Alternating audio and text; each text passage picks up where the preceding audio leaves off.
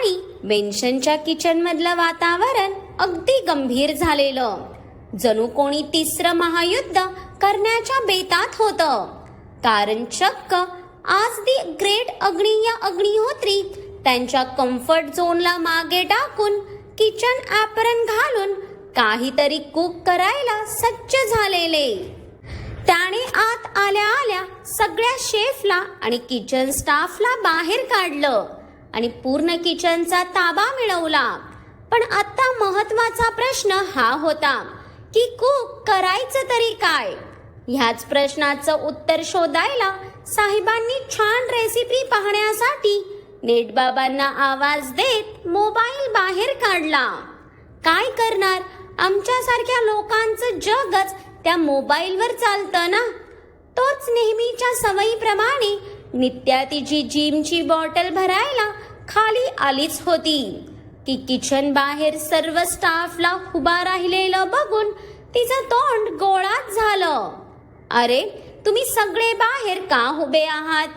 तुमची morning prayer चालू आहे का? नित्याच्या या मस्करीतल्या प्रश्नानेही त्या कोणाच्या चेहऱ्यावरची रेगही हल्ली नाही.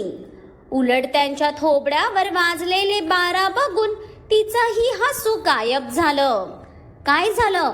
तिने दब्या आवाजात विचारत काळजीने त्यांच्याकडे पाहिलं तर त्यातल्या एका हेडने फक्त नजरेनेच तिला आतल्या बाजूला इशारा करताच तिने आत डोकावून पाहायला. पुढच्या क्षणी तिचे डोळे सताड उघडे होऊन ती 2 पावलं मागे झाली. अक्षरशः भूत पाहिल्यासारखे एक्सप्रेशन होते तिचे. भाई आणि अनाहूतपणे तिच्या तोंडून आश्चर्याने निघालेली ती हाक त्या शांततेत बरोबर अग्नेयच्या तीक्ष्ण कानांनी हेरली आणि तो झटक्यात मागे फिरला.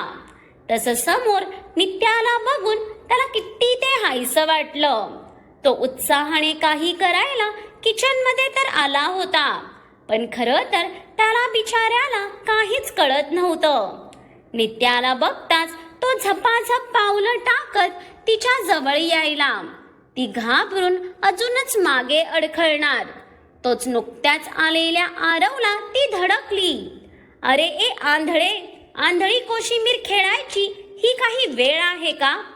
तुला भले नको त्या टाईमला नको ते खेळायचा जोर आला असला तरी आत्ता माझ्या जिमचा टाईम आहे.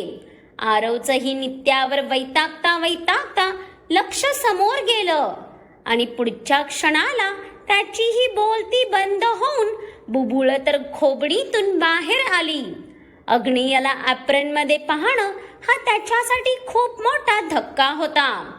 ही दोघं हँग झालीच होती की तोपर्यंत अग्नेय तडातड पावलं टाकत त्या दोघांसमोर येऊन उभा झालेला. नित्या, तुला पण समोर भाई दिसतोय का? की सकाळी सकाळी मलाच नको ते भयानक भास होतायत. भाई किचन ॲप्रन मध्ये काय करणार ना? मुळात तो खडूस किचन मध्ये तरी काय येईल? त्याच्या तर एका हाकेवर स्टाफ त्याच्या पुढ्यात त्याला हवे ते हजर करतो. आरव या धक्क्याने पूर्ण शुद्ध हरपून गेलेला वाटतं. पण त्याला अग्नियच्या तोंडावर खडूस बोलताना बघून इथे नित्याचा श्वास घशात अडकला ना. हा डोक्यावर पडलाय का? की सकाळी सकाळी ह्याने घेतली आहे? इथे साक्षात यमदूत समोर उभा असतानाही याला नको ते सुचत आहे. नित्याला तर आता अग्नेयच्या रागाची धडकीच भरली. पण त्यातही आरवला आता सकाळी सकाळी अग्नेयची पडते ह्या कल्पनेने तिचं मन किंचित आनंदीही झालं होतं. पण हे काय? आरवच्या त्या बिथरलेल्या थोबड्याला बघून अग्नेयने डायरेक्ट त्याला इग्नोर करत नित्याचा हात पकडला. भाई, मी काही नाही केलं. हा बोलला. ते लेकरू तर त्याच्या पकडण्यानेच जीव सोडायच्या घाईवर आलं. डोळेही काटोकाट भरून आले. पण एव्हाना अग्नेय खरंच किचन मध्ये आहे याची जाणीव झाल्याने आरव मात्र पुरता सदम्यातच गेला. रिलॅक्स, मी तुला काही करत नाही आहे. I am not that much bad person की मी माझ्या लहान बहिणीला त्रास देईन. I just want one help from you. अग्नीला इतकं स्पष्टीकरण देताना बघून नित्यालाच ओशाडून आलं आणि तिने मान खाली घातली. त्याच्या गंभीर व्यक्तिमत्वाला भले ती घाबरत होती, पण तिला हेही माहीत होतं त्याने कधीच तिला जाणून बुजून हट केलं नाही. उलट तिच्याही न कळत तिच्या सर्व नीड पूर्ण करायचा तो. सॉरी बाई, म्हणजे मला. नित्याचा उतरलेला चेहरा बघून अग्नियाने गालात हसत तिच्या डोक्यावर प्रेमाने थोपटलं. इट्स ओके बाबा, now tell me, can you help me. अग्नियाच्या प्रश्नावर नित्याने न कळून त्याच्यावर नजर आणली. त्याला ॲप्रन मध्ये बघून तिला तर काहीच कळत नव्हतं. ते मला माझ्या जाण्यासाठी काहीतरी स्पेशल कुक करायचं आहे. But I can't understand what can I do. Means me little bit confuse आहे. अग्नेयला आत्ताही नित्यासमोर खूप प्रयत्न करून स्वतःला ओपन अप करावं लागत होतं, कारण त्याच्या गंभीर व्यक्तिमत्वाला कधीच असं कोणाशी फ्रेंडली बोलता यायचंच नाही. पण त्याचं ऐकून इथे नित्या मात्र थक्क झाली. तो इतक्या पहाटे फक्त सियासाठी कुक करायला किचनमध्ये आलाय. ही गोष्ट खरं तर खूपच मोठी होती, कारण त्याच्या एकेका मिनिटाची किंमत तिथे प्रत्येकाला जाणून होती ना. अरे भाई, यात कन्फ्यूज होण्यासारखं काय आहे? तू वहिनीला जे आवडतं ते बनव. नित्या आता अग्नेयशी थोडीशी सहज झाली. तिला तिच्या भाईचं तिच्या वहिनीवरचं प्रेम बघून खूपच कौतुक वाटत होतं. असं प्रेम कधी आरव आपल्यावरही करेल का, या विचारात तिने एक नजर आरवकडे पाहिलं तर त्याला नुकतंच स्टाफने पाणी बिनी देऊन सदम्यातून या पृथ्वीवर तर आणलं होतं, पण तरी अजूनही तो इतका मोठा हँगओव्हर उतरला नव्हता. बट मला तर जाणाची फेवरेट डिश माहीतच नाही. आपल्याला आपल्या प्रिन्सेसची साधी फेवरेट डिश माहीत नाही बघून अग्नेयाला स्वतःचीच लाज वाटली. त्याचं तिच्यावर प्रेम तर अफाट होतं, पण तिच्या आवडीनिवडी जपायला त्याला जास्तीचा वेळच तर कधी मिळाला नाही. काय काय काय भाई, तुला माझ्या वहिनीची फेवरेट डिश माहीत नाही? कसं शक्य आहे हे? कसला असशील रे तू वाईट माणसा. वहिनीला तर तुझ्या मॉर्निंग प्रोटीन शेक पासून ते तुझ्या आवडी निवडीच काय तर तुझ्या फूड ॲलर्जीजही माहीत आहेत. किती काळजी घेते ती तुझी. जर हे माझ्या वहिनीला कळालं तर तिला किती वाईट वाटेल माहितीये. घ्या, हे साहेब वास्तवात आल्याच उड्या मारत डायरेक्ट आत घुसले ना. त्याचा तो अतीचा ड्रामा बघून अग्नेयच्या भुवया उंचावल्या ना. आणि हे तुझ्या वहिनीला कोण सांगणार आहे? या उडणाऱ्या पाखराचे पंख कापत अग्नेयने दोन्ही खिशात हात घालून जशी आरववर नजर रोखली. मी का सांगू ना तिला? मी तर तिला काहीच नाही सांगणार. So relax bro. अग्नेयची नजर बघूनच आरव लगेच स्वतःची बत्तीशी दाखवत एक पाऊल मागे झाला. पण मला माहितीये वहिनीला बटाट्याचा पराठा आवडतो ते. आरवने लगेच त्याची नसलेली कॉलर उडवत नित्याकडे बघितलं. भुरट्या, वहिनीला बटाट्याचा पराठा नाही तर वडापाव आवडतो, तेही गरमागरम चहा सोबत. नित्याच्या ह्या उत्तरावर आरवचं तोंड बघण्यासारखं झालं. बिचारा कसला तोऱ्यात सांगत होता, पण ह्या मुलीने त्याचा तोराच उतरवला. ते काहीही असलं तरी दोन्हीत बटाटाच यूज होतो ना. मग झालं तर मग. आरवचं हे भयानक लॉजिक ऐकून नित्याने डोळेच फिरवले. कोण या वेड्याशी भांडण्यात जीव घालवेल ना. पण अग्नेयला मात्र या दोघांच्या या नोकझोकचं हसूच आलं. एकमेकांसोबत एक मिनिटही त्यांचं पटत नव्हतं. नित्या, कॅन यू हेल्प मी? अग्नेयच्या त्या आशेने बघणाऱ्या डोळ्यांकडे बघून नित्याने हसतच होकारार्थी मान हलवली. तिला तिच्या भाईला नाही बोलता येणारच नव्हतं. पण भाई, मला तर कुकिंग येतच नाही. नशीब या बाईला आठवलं हिला कुकिंगचा काही येत नाही ते. डोंट वरी, आपण नेटवर रेसिपी बघून करू. अग्नेयचं सोल्युशन ऐकून तर नित्याने उत्साहात केसवर टांगत जाऊन दुसरं ॲप्रन घातलं. भाई, तू मला नाही हेल्पसाठी विचारलं, पण अग्नेयने फक्त नित्याकडे मदत मागितल्यावर आपला जळूचा बिब्बा लगेच करपला ना. Because I don't want your help. अग्नेय मोबाईलमध्ये वडापावची बेस्ट रेसिपी शोधत अगदी सहज बोलून गेला. तसं आरवचं तोंड बघण्यासारखं झालं. त्याला तर त्याच्या भाईने हातही न लावता चपराक दिलेली. पण नित्याला मात्र त्याच्या तोंडावर वाजलेले 12 बघून हसूच आलं. असं कसं तुला माझी हेल्प नको? हा वडापाव माझ्या वहिनीसाठी बनवला जातोय म्हटल्यावर मी तर मदत करणारच. घ्या. साहेब चिडत जाऊन ॲप्रन घालून आले.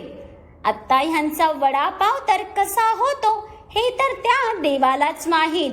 आणि त्याच देवाने सियाला फक्त तो वडापाव खाण्याची ताकद देऊ दे. कारण आज नेटबाबांच्या भरोश्यावरच ही खिंड लढवली जाणार होती. नेहमीच्या वेळात इथे जशी सियाला जाग आली, तिची सवयीप्रमाणे सर्वात पहिली नजर तिच्या बाजूला गेली. आणि आजही तिच्या पदरी निराशा पडून तिचे डोळे काटोकाट भरून आले. सिया, राणी का नसत्या अपेक्षा करत आहेस तू? तुला तर त्यांच्या कामाचा व्याप माहीत आहे ना. एवढी मोठी कंपनी सांभाळतात ते. त्यांच्याकडे तर श्वास घ्यायलाही फुरसत नसते. मग तिथे तुझे नसते हट्ट त्यांना किती त्रास देत असतील. उगाच का तू त्यांना इतकं बोललीस? अगं, त्यांच्याकडे तर स्वतःसाठी तरी वेळ असतो का जे ते तुला देतील? कालच्या स्वतःच्या हट्टी वागण्याचा आता सियालाच पश्चाताप होत होता. आणि ती पटकन तिचा आवरून खाली निघाली. तिला तिच्या अहोंसाठी स्पेशल कॉफी बनवून त्याला सॉरी बोलायचं होतं. ती किचनकडे चाललीच होती की तिला आधीच डायनिंग टेबलवर अग्नेय सोबत आरव, नित्या आणि कुणालही हजर झालेले दिसले.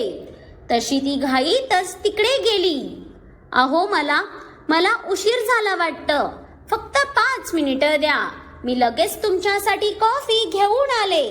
सिया अग्नेयाला हळूवार सांगून तिथून जाणार की अग्नेयने पटकन तिचा हात पकडला.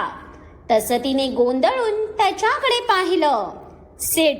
तिच्या चेहऱ्यावर उशीर झाल्याचं गिल्ट दिसून येत होतं. अहो, पण तो आपल्यावर कालच्या गोष्टीवरून रागवलाय की काय, या विचारात सियाचं काळीच धडधडलं. अरे यार वहिनी, बस ना लवकर. तू आली नव्हती तर भाईने आम्हालाही नाश्ता करू दिला नाही. फक्त ओल्ड कंपनी नाश्ता करून लिव्हिंग एरियात गेलीये. आरवला तर कमालीची भूक लागलेली. अहो, असं का केलात? आरूला भूक लागलेली तर खाऊ द्यायचं. सिया अग्नेयकडे आश्चर्याने बघून बोलतच होती की तिच्या समोर नाश्त्याची प्लेट आली. आणि नाश्त्याला वडापाव बघून तिच्या डोळ्यात आलेली चमक अग्नेयच्या नजरेने बरोबर टिपली. त्याला तर त्याची मेहनत सार्थकी लागल्यासारखं झालं होतं. अरे, असं का? सियाच्या प्लेटमध्ये वडापाव आणि आपल्या समोर आपला रुटीन नाश्ता. दिस इज नॉट फेअर यार. कुणालने तोंड वाकडं करत त्याच्या समोर ठेवलेले हेल्दी उपीट पुढे सरसावलं. ते काय आहे ना कुणालदा, वहिनीचा आजचा नाश्ता खूपच स्पेशल आहे आणि बनवणाराही अगदी स्पेशल आहे. नित्याच्या बोलण्याचा तात्पर्य न समजून सियाने गोंधळून जसं नित्याकडे पाहिलं, तिने नजरेनेच अग्नेयकडे इशारा केला. आणि बस, आता आपलं हृदय बंद होतंय की काय? या आविर्भावात सियाचे श्वास अडकले. तिने धगधगत्या हृदयाने खूप हिम्मत करून अग्नेयकडे बघितलं तर तो मुद्दाम फोनमध्ये काहीतरी करत त्याची कॉफी पीत होता. शेफ स्पेशल आहे म्हणजे? कुणाल विचारतच होता, पण आरव आणि नित्या मात्र सियाच्या त्या डोळ्यात भरून आलेल्या अवकाळी पावसाला बघत होते. अहो, तिचा तो कातर झालेला आवाज कानावर पडताच अग्नियने न राहून पटकन त्याची नजर तिच्यावर आणली आणि त्याच्या अपेक्षेप्रमाणे आत्ताही तिच्या अश्रूंनी जीव घेतला त्याचा. जाना, डोंट टेल मी हे इतकं वाईट झालंय की तुला रडू येतंय. अग्नेय तिच्या डोळ्यातलं पाणी पुसत प्रेमाने तिला खायला खुणवतो. अहो, हे खरंच तुम्ही? सिया गहीवरून अग्नेयचा हात पकडायला त्याने हलक्या वेदनेने डोळे घट्ट बंद केले. अगं वहिनी, भाईचा हात. आरवने समजून पटकन सियाला हात काढायला सांगताच आत्ता कुठे सियाचं लक्ष त्याच्या हाताकडे गेलं तर त्याचा हात चांगलाच भाजला होता. अहो, हे काय आहे? इतकं कसं भाजलं तुम्हाला? आणि ती क्षणातच पॅनिक झाली. ते बघून बाकी सगळेही शॉक झाले. अग्नेयने तर आरवला मनातच चांगलीच विदेशी शिवी हसडली. प्रिन्सेस, राजा इतकं काही नाही झालंय, फक्त थोडंसं भाजलंय. अग्नेयने उठून पटकन सियाला मिठीत घेतलं. तसंही त्याला आजूबाजूची लोकांची पडलीच कुठे होती. थोडंसं? अहो, हे थोडंसं भाजलंय का? पूर्ण हात लाल होऊन बसलाय तरी तुम्ही ह्याला थोडंसं बोलताय. अहो, काय गरज होती तुम्हाला हे सर्व करायची? तुमचा त्रास जीव घेतो माझा हे माहीत असूनही स्वतःला त्रास करून घेतलात तुम्ही. सियाला आता तिचं रडू आवरताच आलं नाही. ती त्याच्या हातावर फुंकर मारत बडबडत एकसारखी रडत चाललेली. अगं वहिनी, ते पहिला वडा टाकताना भाईला अंदाजच आला नाही म्हणून ते तेल हातावर उडालं. पण त्यातही इतकं जळजळत असूनही भाईने तुझ्यासाठी ही डिश स्वतः बनवली. नित्याच्या बोलण्यावर अग्नियने तर डोक्याला हातच मारून घेतला. नक्की हे त्याच्या जाणाला शांत करत होते की रडवत होते हेच त्याला समजत नव्हतं. नित्याचं ऐकून आता मात्र सियाने रडतच तोंडावर हात ठेवला. त्याच्या हातावर तेल सांडूनही त्याने आपल्यासाठी इतकं सगळं केलं म्हणून खुश व्हावं की त्याच्या वेदना बघून रडावं या कल्पनेने सिया क्षणभर स्टिफच झाली. बाकी तिघही तिच्याकडेच बघत होते, पण कुणालची नजर मात्र अग्नेयच्या त्या हातावर होती जो सियाच्या त्या नाजूक कमरेवर होता. वहिनी, अगं अशी स्टॅच्यू होऊन घाबरवू नको यार. काहीतरी बोल. हवे तर भाईला शिव्या घाल. आम्हाला काहीच प्रॉब्लेम नाही. सियाला एकाएकी शांत झालेला बघून आरवचीही भंबेरी उडाली. पण अग्नेय मात्र शांततेत त्याच्या जाण्यावर लक्ष ठेवून होता. प्रिन्सेस, पण पुढच्या सेकंदाला त्याने तिच्या गालावर हात ठेवत तिला प्रेमाने आवाज देताच तिची नजर त्याच्या नजरेला भिडली आणि तिच्या डोळ्यातून घळाघळ पाणी येऊ लागलं. आत्ता मात्र अग्नेय तिला असा रडताना बघूच शकत नव्हता. स्टाफ, प्रिन्सेसचा आणि माझा नाश्ता रूम मध्ये पाठवा. त्याने स्टाफला सांगून सियाला डायरेक्ट दोन्ही हातांवर उचलून घेतलं. अहो, तुमचा हात. सिया काळजीने त्याला काही बोलायला त्याने तिचं काही न ऐकता तो लिफ्ट मध्ये घुसला आणि लिफ्ट बंद होताच तिचे ओठ ताब्यात घेतले. तिचं रडणं थांबवण्याचा हा एकच उपाय होता त्याच्याकडे.